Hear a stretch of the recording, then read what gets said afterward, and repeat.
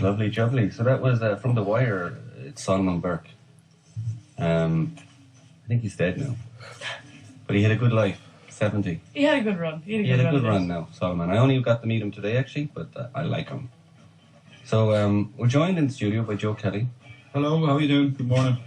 Or afternoon, should I say. He's got the stuff there, the info. We got the questions. Good. It's a marriage made in heaven.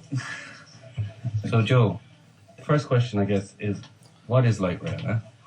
Well, in this sense, light rail would be a lighter side of using rail transport that can suit with the city's infrastructure, that can carry a mass amount of passengers, and thankfully in a sustainable way.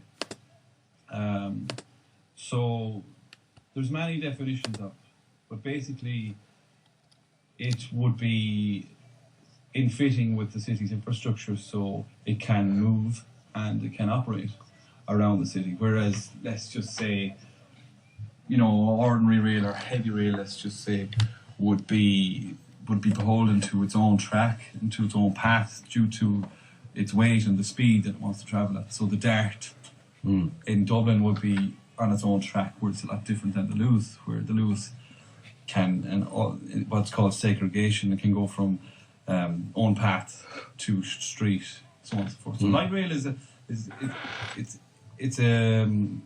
tram, basically. So the streetcars, as they call it in America, the tram is, we say, in Europe.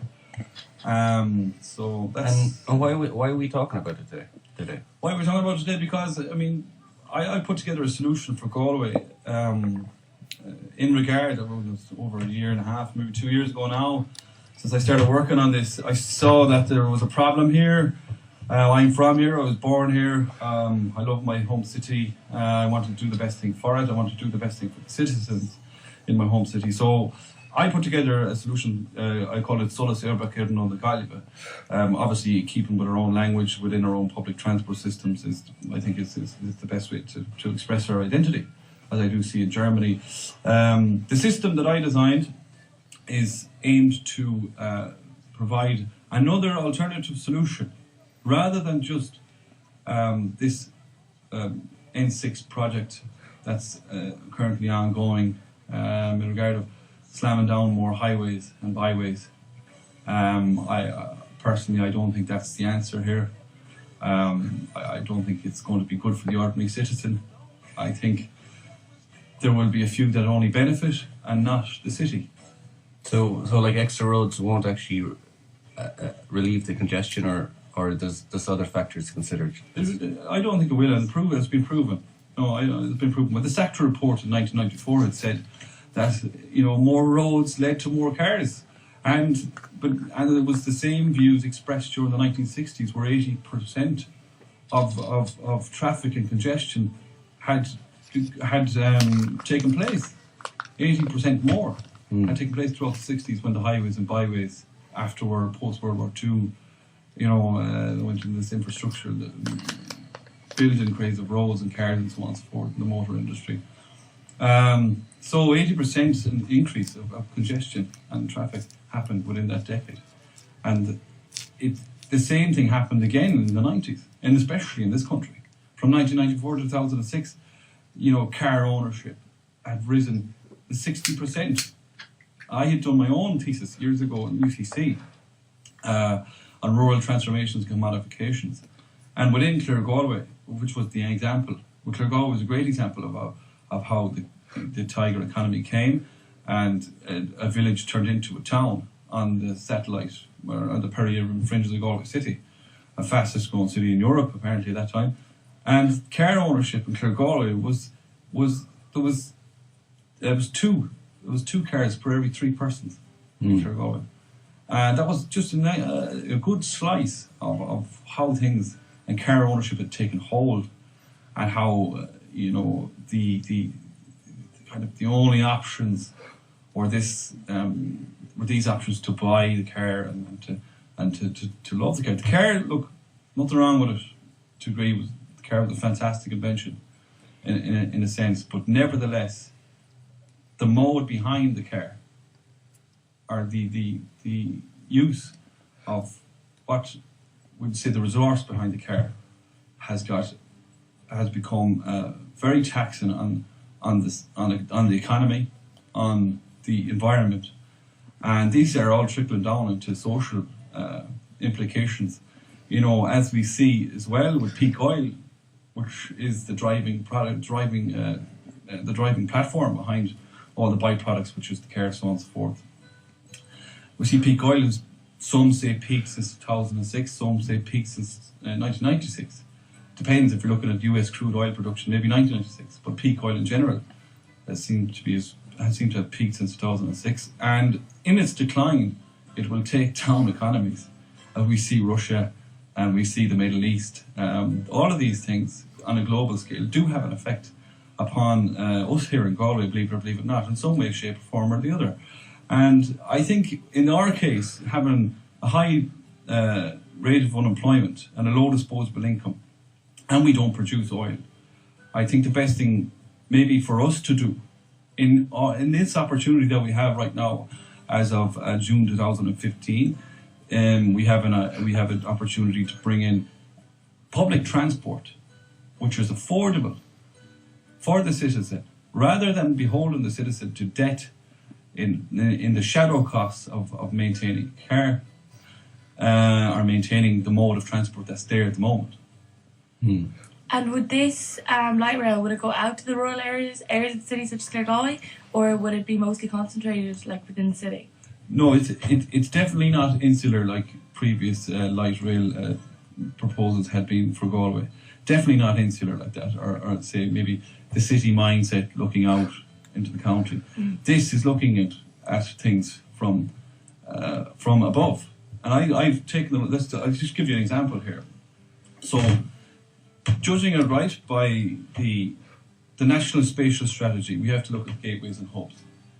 And from studies done as well, we see that the 4 commuter nodes for Galway City are based in the satellite towns and the approaches from the satellite towns, which are Clear Galway and In, which follows on from Tuam. We've Ardmore, and then we have Barna, excuse me, and Moycullen. So taking those and the count from those, using the CSO SAP's mass figures in terms of commuting, going through every DED that's adjoining to that's caught within the dot density map of workplace destinations by the CSO and the National Spatial Strategy. There's 41,000 commuters that come into the city's infrastructure daily from those 4 commuter nodes. So what I've done in the Solar Server Garden of the Galway system, I've designed this 4 park and rides at the earliest points within the city's infrastructure, or the periphery of the city's infrastructure, to absorb the single car commuting traffic. That's the problem of congestion, single car commuting traffic. So the other traffic, in terms of commercial traffic, can move more freely to do their daily bits of commerce and business and get around. Single car commuting traffic, and has been done in Germany and in Holland and in France and so on and so forth. When they had this problem, they put in a public transport system to get the single commuter out of the car and get onto the tram. And is Galway, when is this coming to fruition, or when does the decision have to be made? Or? Well, we see, when does it come to fruition? You see, this is the funny thing about it. I mean, I would love for things in an ideal world to run in a fair manner, where people would look and say, oh, well, this is going to work and there's an awful lot of value out at the end of this, rather than having the highway, which is not going to create that much value at all. In fact, it's going to create more problems again, environmentally and with congestion and so on and so forth. So they're going to make a decision in September. They're going to show us the finalised route. A lot of money has been poured into this. So there again, we're dealing with the political system and the economic model we're dealing with in. And it's very hard sometimes in this country, unfortunately, to say that when you put up the right solution, that's going to benefit everyone. It can be it'd be called too ambitious. Whereas if I walked into, an architectural school in Dusseldorf, it would make sense. Yeah. Or walked into a consultancy office in Milan, it would make sense. Yeah. So something seriously questionable about the distractions that are causing that. There's something very questionable about it. But I mean, at the end of the day, it is what it is. We are where we are. Maybe we have to look at total kind of rehaul of the governance system. But I won't get too far into politics, don't worry. But I'm just saying the structure to suit wealth distribution to the real variables that are right present in front of us in regard to the difference between Dublin and the West, which would Galway, Mayo, Roscommon, in terms of unemployment and opportunities and so on and so forth. They have to be totally re-looked at. And there has to be some sort of a system that's fair, that will, carry out the Republican ideals that those people sacrifice themselves for. Who decides this? Like, when this comes to be decided in September, like, yeah, does Joe Schmo? Joe Schmo, like me. Joe Schmo, yeah. Jelly, we've been calling you. Well, you call me Jelly, I don't know. Yeah, Joe Schmo, no, I don't know. I don't think I'm Joe Schmo, but anyway. But no, I didn't actually mean you. That was just coincidence. Yeah, but if I am Joe Schmo and if I'm doing the right thing, well, let's hear it for Joe Schmo. Or average Andy, or... Yeah, go on anyway. Sorry, I'm just being... Who decides? Yeah, is this just something that's just going to happen behind the scenes, and most of the people in Galway are just like, oh, no, we're getting a bypass or stuff? Because I feel that'd be the way with myself. For the most part, things just happen without me. And how do I involve myself, or where's my voice in this? And is there much support and awareness for this in Galway City? Like personally, it's the first I've heard of it. Yeah, well, this is the thing. I mean, I tried to I've made it aware to the people in the sense of the deciding kind of party. Let's just say the deciding parties or organisations. I made it aware in that sense. There are people that do know about it. Social media is quite good these days. There's nowhere to hide anymore. Yeah. And the ordinary Joe Schmo like myself gets to, have his opinion, and maybe if he's good with cartography and all the rest, he can put up something quite robust against, the kind of, the 70s style transport proposals that we see at the moment. But who decides? Well, I answered that question. Well, luckily enough in this country, I would like to put faith in An Purple and All. I think they're a very sustainable-minded outfit. I think the Irish government as well, Pascal O'Donoghue, in fairness to him, he has made one or two moves in the right direction in regard to sustainable moves, and also that, so you have An Purple and All, you have the Department of Transport, who are kind of very sustainable minded as well, and they know that they're taking directives from the top, which is the European Union, in regard of carbon emissions and the environment, and how to maybe propose things so that it doesn't run into trouble in the European Union like the last bypass had done.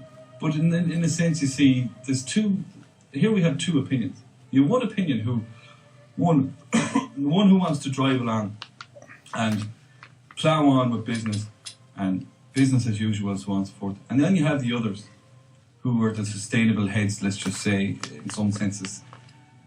In my part, I just want to get the best solution for the citizens of Galway to get us out of this mess in terms of unemployment and try to keep us away from oil and that. And then there's the others who look at the environment in a serious way, very serious way, and say, oh, well, the animals have to be counted into, or the flora has to be counted into, which is no harm. I don't disagree with that. I mean, that has to be counted in. I do agree with it. And there has to be compromise, yeah, but you can't be ploughing on business as usual, because we see the example of China, and the place is choked with pollution from trying to, suit this totally profit making without any responsibility. And the place is, I feel sorry for anyone that live there, because I watched it and I've seen, videos and documentaries and the pollution there is terrible. It's absolutely terrible, because they're taking these shortcuts to make profits. They're banging on without any responsibility. Yeah. I would throw but there's another group in there who like the idea, but are kind of apathetic, Yeah. to change. Almost there's a pessimism. Yeah. Kind of like, we don't really have any power. It's business as usual. These roads will be made for whatever reason because How do we change it? What do you need? Well, what do I need? I mean, unfortunately, I need to get more money to run a robust promotional campaign. I mean, the social capital that I have, or that I think I have, I'd like to think I have, the social capital that I have that has been carrying me, you know, and the charity of others has been carrying me. And I see that, when people have a good look at it and you understand it, it takes time. They have to have patience and have a good look at it and say, and then reflect, you know, so on and so forth, and think about it. I would ask for people's time to understand it and reflect on it, rather than money. That's a lot more important to me, because in the end of the day, if they take time and reflect upon it and think about it, and it hits home with them, there'll be lots of money there for everyone. That's the way I look at it. So I would prefer people's time and attention towards it, and patience. So that's what I need. I need the support of the ordinary people, because in the end of the day, I'm on the side of the ordinary people. I do what I need to do for the ordinary people because I care about the ordinary people, and I want to see us out of this recession. I want to see us away from the danger of those things that we don't produce, and that we're importing 6 billion a year, as a matter of fact, and 47% of that is taken up by oil. And another side of it too, the private car takes up 14% of that. You know, so that's a lot of money. That's 6 billion. I mean, we come to Galway, like, or the West, that's about 1 billion that we're paying for in oil. That I don't think, you know, we're getting the best out of it, or any return. You know, we're not getting any return in regard of jobs. We're not getting any return in regard of, you know, cash back in our pockets.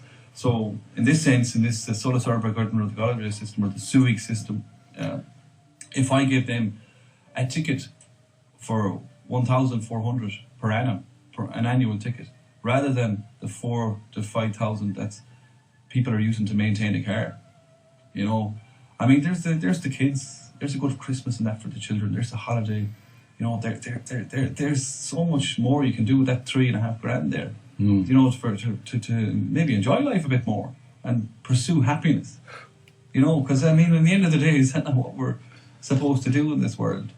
I know, in this republic anyway, you know, with liberty, equality, fraternity, and the pursuit of happiness, in a sense, you know, as well. I know it's an American ideal, but it's true. It's the way it is, I think, you know. Yeah. But at the end of the day, I'm only trying to liberate the poor and facilitate the comfortable. That's all I'm trying to do. There's been other proposals, other rail proposals in the past. Yeah. Yours differs in the sense it's less of an overhaul of the infrastructure to put it in. Yes, it is. So there's 4 routes. One of them would be taking up road share in 34%, yes, 33%, 14%, and one is 0%. Yes. So that'll go. The 0% would literally go down in a few weeks, bam. It would go down in a few weeks, because you're dealing with the same company there. You're dealing with the same company there in regard of the land use. These things in transportation, all across the world, and any study that's been done, it always relates with land use and transportation area study. And the land uses that this system looked at, when I had looked at to do the area study, or let's just say to put together an observational format study, the land use is industrial, commercial, educational, recreational, and residential. There are 5 land uses that this system aims to seeks to suit and serve. The use of unutilized land, the use of secondary roads and brownfield, let's just say partly greenfield, and using up the verges on roads that aren't being utilised at all. There's space if you want to make space. There's a will, there's a way. You'll find a way.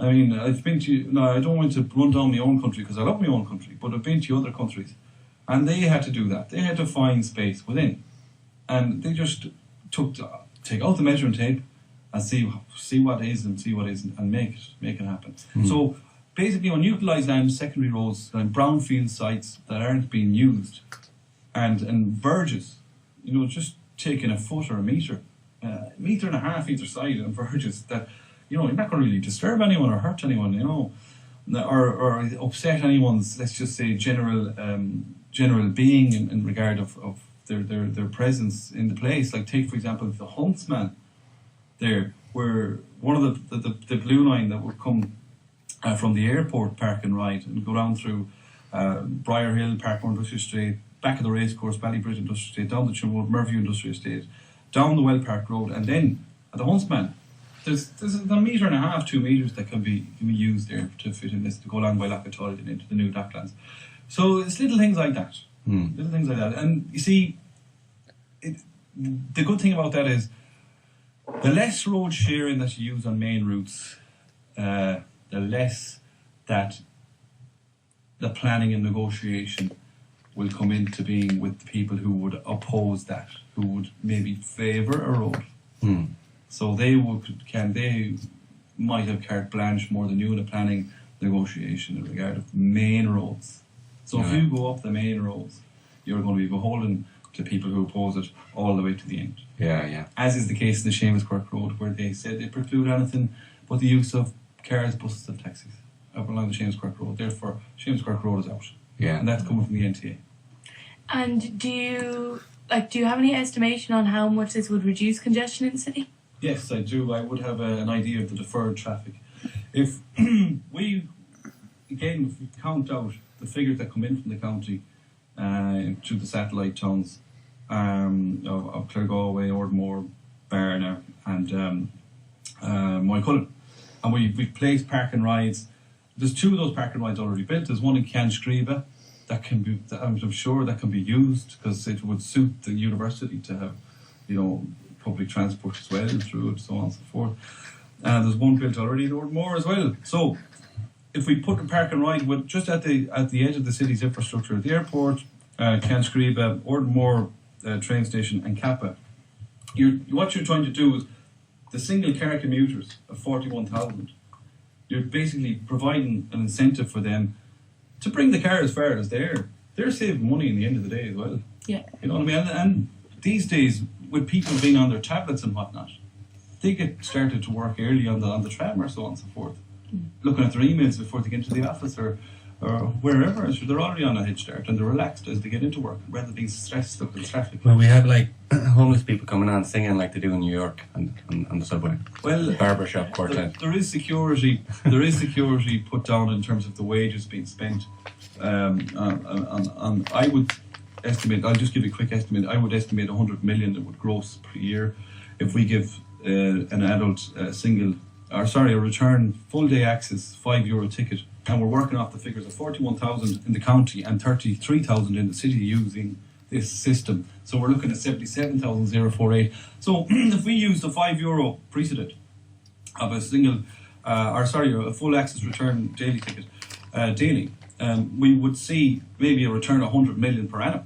Now, taking out the wages of that, the wages would come to about 7 million. Within those wage packets now, we're talking about the homeless people and maybe antisocial behaviour, so on and so forth, and the security is within that wage bracket. Because in Dublin there has been incidents of on the red line, they had to have security heavy-handedness because of the drug problem that seems to find its way onto the Lewis red line. And then that's an epidemic of Dublin's problem. Please God, we never let that happen here. And we should do everything to stop that kind of epidemic happening here, because it's seriously damaging effects on society.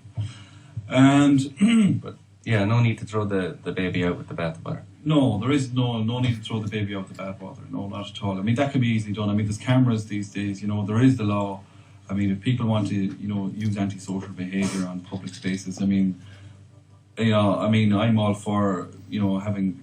There should be a general level of civilisation and manners given towards each other in public spaces. I think we'll be fine. The grand, yeah. Yeah, like I really don't think that there's a point, assuming that there will be antisocial behaviour and that that there there will be trouble, because as in that happens, it does happen on the red line, obviously in Dublin, because it's a huge city, but that level of violence to that extent doesn't happen in Galway. No. So thankfully, no. Yeah. I haven't seen it ever been like that. No, Galway, sure. Galway's great. It is, yeah, in the sense that, people of my age group, I'd like to think I'm still young, But I suppose I am to a degree, but compared to an oak tree, I am. But 'cause people are, my age and my age group in Galway, like, we all kind of know each other, in a regard, and the county people, like in Irish people seem to have a different connect, a more personable connect with one another. Well, everyone in Galway knows each other. Yeah. In a sense, It's a half a degree of separation. Yeah, there is half a degree. It's a great thing. There's a great connect amongst Irish people in general.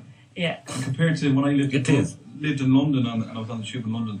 Now, London's a big place, and maybe Londoners themselves can be a bit withdrawn, in their own way. That's just their way. But I found that Irish people, when I met them on the tube, we always had a good connect. Yeah. A good chat. Yeah, that's very true. Very, very I think it'll help the Irish language, to be honest, if we use it every day in the one space. I think it'll be great for the Irish language. Yeah.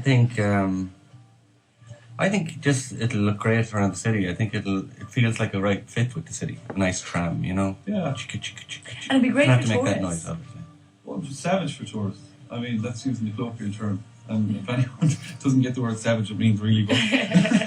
It'll be great for tourism. And those figures that I've churned out, or not churned up, but using the CSO, SAPS maps, I mean, I'm using the national body there that's counted out these. And that's conservative. That's a conservative figure, because I don't want to be exaggerating. I want to work on real figures. And that's before tourism. That's before schools' tickets. Yeah. You know what I mean? So that, what we're looking at there is, we're looking at other parts of the city that haven't been explored by the tourists yet. Like Ballylahan, and we're looking at, Barna Woods, so on and so forth. I mean, that's a great place to go for. That's real beauty. That's real beauty in those places there.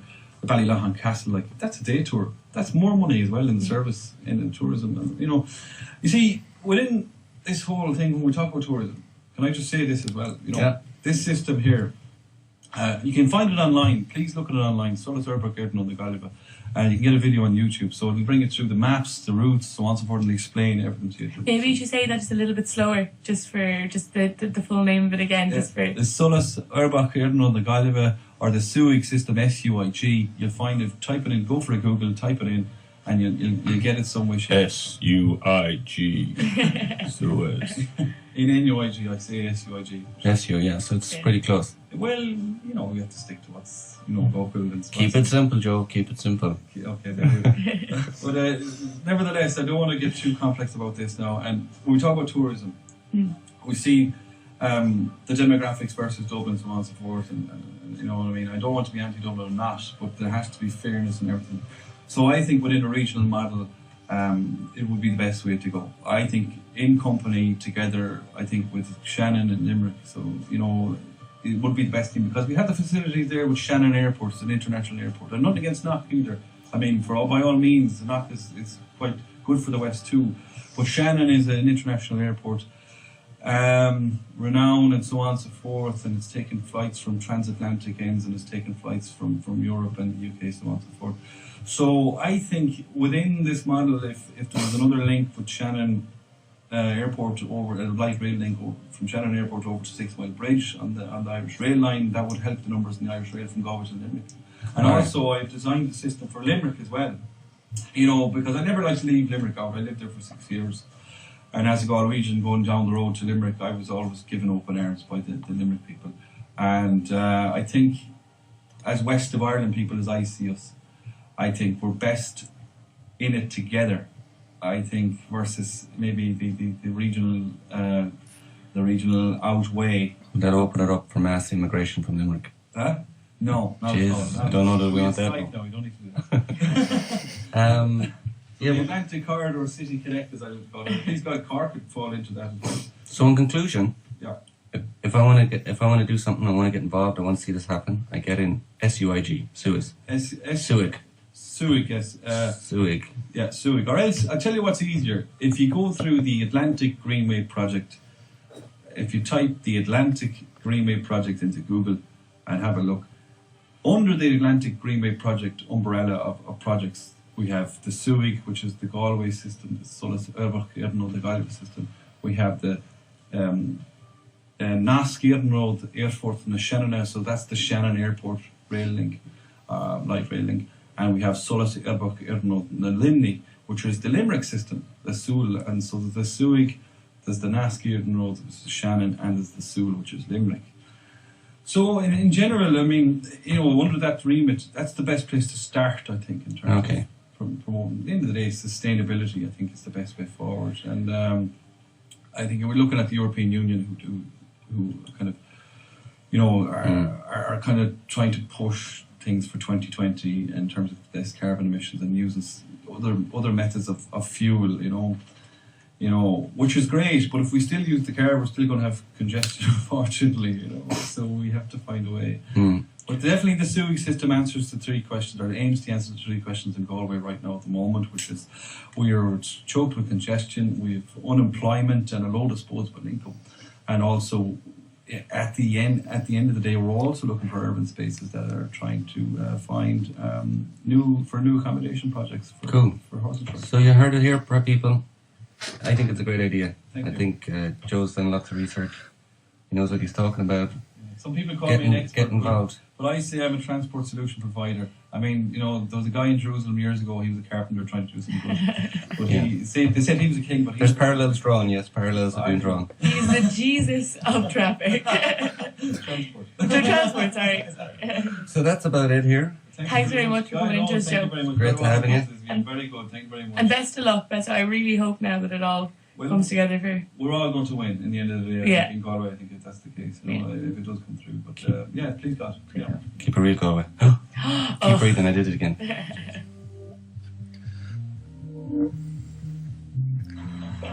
Culture.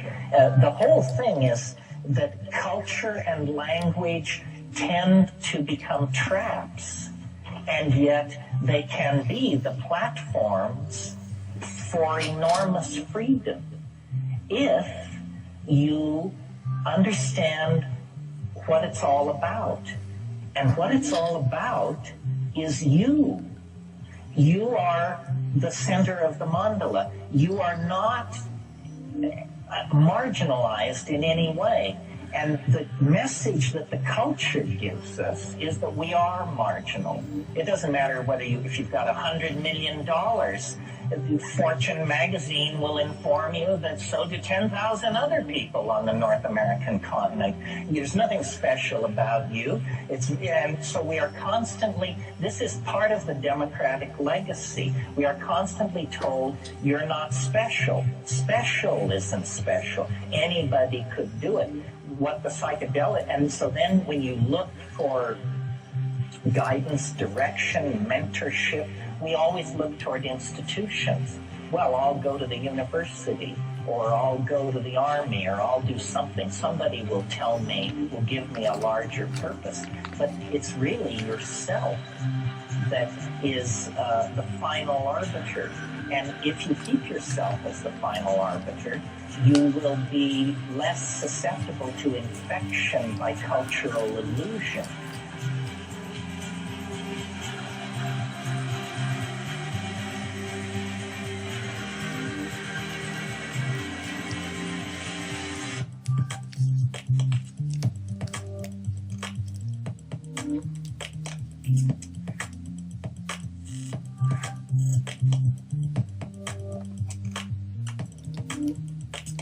Art's task is to save the soul of mankind, and that anything less is a dithering while Rome burns.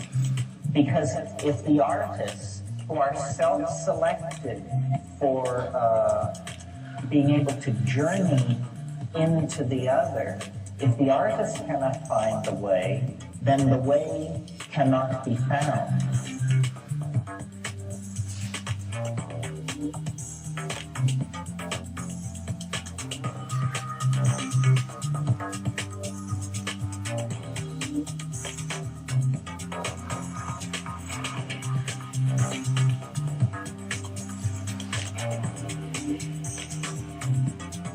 We all are sold a bill of goods. Maybe you remember the Bob Dylan song where he says, it is not he or she or them or it that you belong to.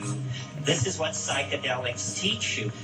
We're not going to learn it from Der Spiegel, from Time magazine. It doesn't come like that.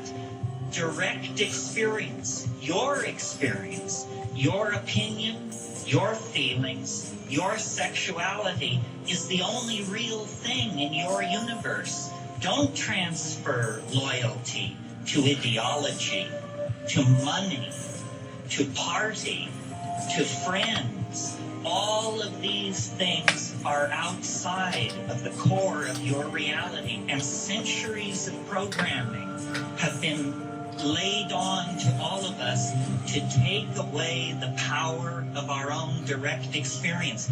This is why psychedelics are illegal. They don't care whether people jump out of windows or any of that. They're not interested in public health. They do not want people to take back their minds.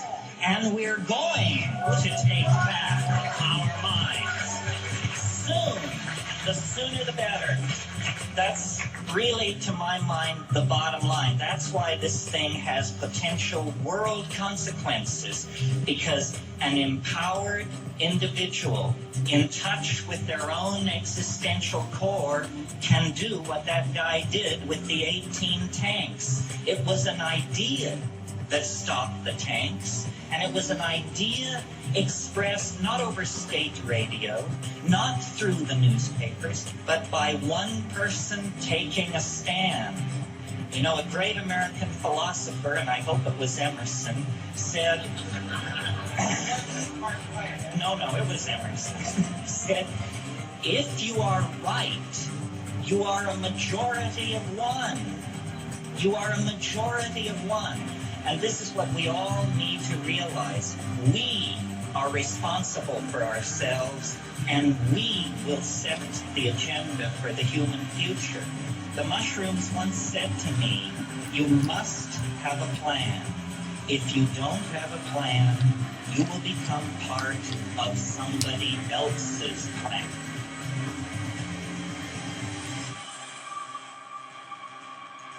And the price of